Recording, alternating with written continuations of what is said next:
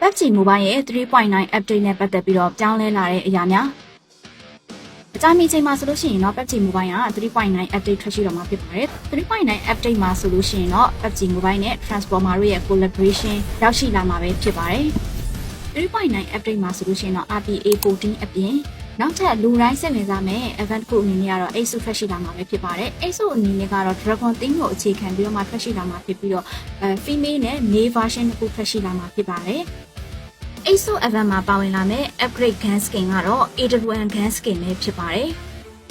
3.9 update ရဲ့ beta version အနေနဲ့ကတော့ဇွန်လ 6 ရက်နေ့မှာစတင်ပြီးတော့မှဆော့ကစားလို့ရမှာဖြစ်ပါတယ်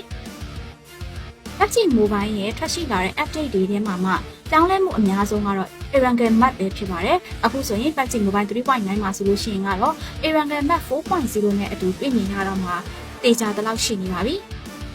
Erangel Map 4.0 feature အနေနဲ့ကတော့ China version မှာတော့မကြာမီရရှိရမှာဖြစ်ပြီးတော့မှ Global version အနေနဲ့ကတော့ 3.9 update မှာ Erangel Map 4.0 ဖြစ်ပါဝင်လာမယ်လို့သိရှိရပါတယ်ဆိုတော့ 3.9 update ထွက်လာပြီဆိုလို့ရှိရင်တော့ Erangel 4.0 ရဲ့ပြောင်းလဲမှုတွေကအတော်လေးကိုမြင်တွေ့လာရဖို့ရှိနေပါပြီဆိုတော့ Erangel 4.0 ရဲ့ feature တွေမှာဘာတွေပြောင်းလဲမလဲဆိုတာကိုတစ်ချက်လောက်ကြည့်လိုက်ကြရအောင်လုံးဝကို Erangel ရဲ့ feeling ကိုထူးထူးခြားခြားနဲ့ပြောင်းလဲသွားတာကတော့ Roxor နေရာပဲဖြစ်ပါတယ်ဆိုတော့ထောက်ဆန်တိုင်း Roxor နေရာကရေတွေပတ်လည်ဝိုင်းထားတဲ့ရေမျိုးတော့ပေါ့နော်ဒီရေမျိုးတော့မှာဆိုလို့ရှိရင်ကကြတော့အရင်ထွက်ရှိခဲ့တဲ့ feature တွေနဲ့လုံးဝမတူဘဲနဲ့ Roxor တစ်ခုလုံးကိုပြောင်းလဲလိုက်တဲ့ပုံစံမျိုးတွေကိုမြင်တွေ့ရမှာပဲဖြစ်ပါတယ်နောက်တစ်ခုနေတဲ့ Erangel 4.0 မှာဆိုလို့ရှိရင်တော့ Meter Power နဲ့ Ruin နေရာတွေကလည်းထူးထူးခြားခြားပြင်ပြောင်းလဲထားတာတွေပါရှိလာမှာဖြစ်ပါတယ်နောက်ထပ်ပုံမှန်တဲ့ feature တစ်ခုအနေနဲ့ကတော့ Erangel 4.0 မှာ ferry တွေကိုတွေ့မြင်လာတော့မှာဖြစ်ပါတယ်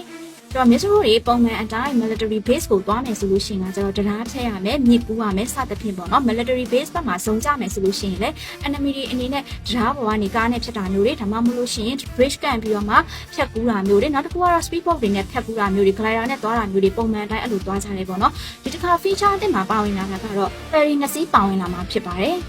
ဒီ ferry တွေရဲ့လမ်းကြောင်းကိုကြည့်မယ်ဆိုလို့ရှိရင်ကတော့ပထမတစ်ခုအနေနဲ့ကတော့ ferry ပေးရဘက်ကနေပြီးတော့မှ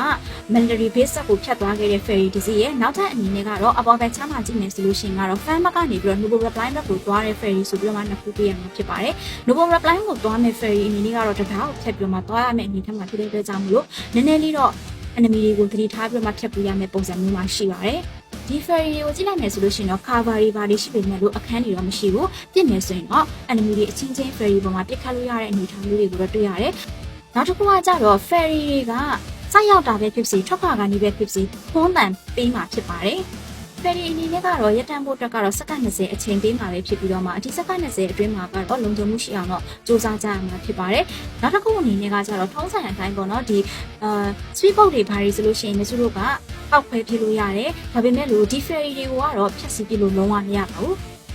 နောက်တစ်ခုအနေနဲ့ Erangel 4.0 feature မှာပါဝင်လာမှာကတော့ဒီ underground fort တွေဖြစ်တယ်ပေါ့နော်ဒီ underground fort တွေကတော့မြေပြင်ရဲ့ Erangel မြေပုံရဲ့နေရာအများပြားမှာတွေ့ရှိရမှာဖြစ်ပြီးတော့မှဒီတရားမှာ crate တွေလူတွေများစွာကိုရှာဖွေတွေ့ရှိရမှာပဲဖြစ်ပါတယ်PUBG Mobile Update 3.9 မှာဆိုလို့ရှိရင်တော့ထုံးစံအတိုင်းပဲ event mode ပါဝင်လာမှာဖြစ်ပြီးတော့မှဒီ event mode ကတော့ Transformer version အနေနဲ့ထွက်ရှိလာမှာဖြစ်ပါတယ်အဲ့တော့ PUBG Mobile player တွေအနေနဲ့ကရောဒီပြောင်းလဲမှုတွေပုံမှာဘယ်လိုမြင်လဲဆိုတဲ့ဟာကို comment မှာဝင်ရောက်ဆွေးနွေးကြကြပါအောင်ရှင်ဗီဒီယိုလေးကိုကြိုက်နေတဲ့နေ့မျိုးလို့လည်းယုံကြည်ပါတယ်နောက်ထပ်ဗီဒီယိုလေးတွေမှာအတူတူပြန်လည်ဆွေးနွေးကြပါမယ်အားလုံးမင်္ဂလာရှိသောနေ့လေးဖြစ်ကြပါစေရှင်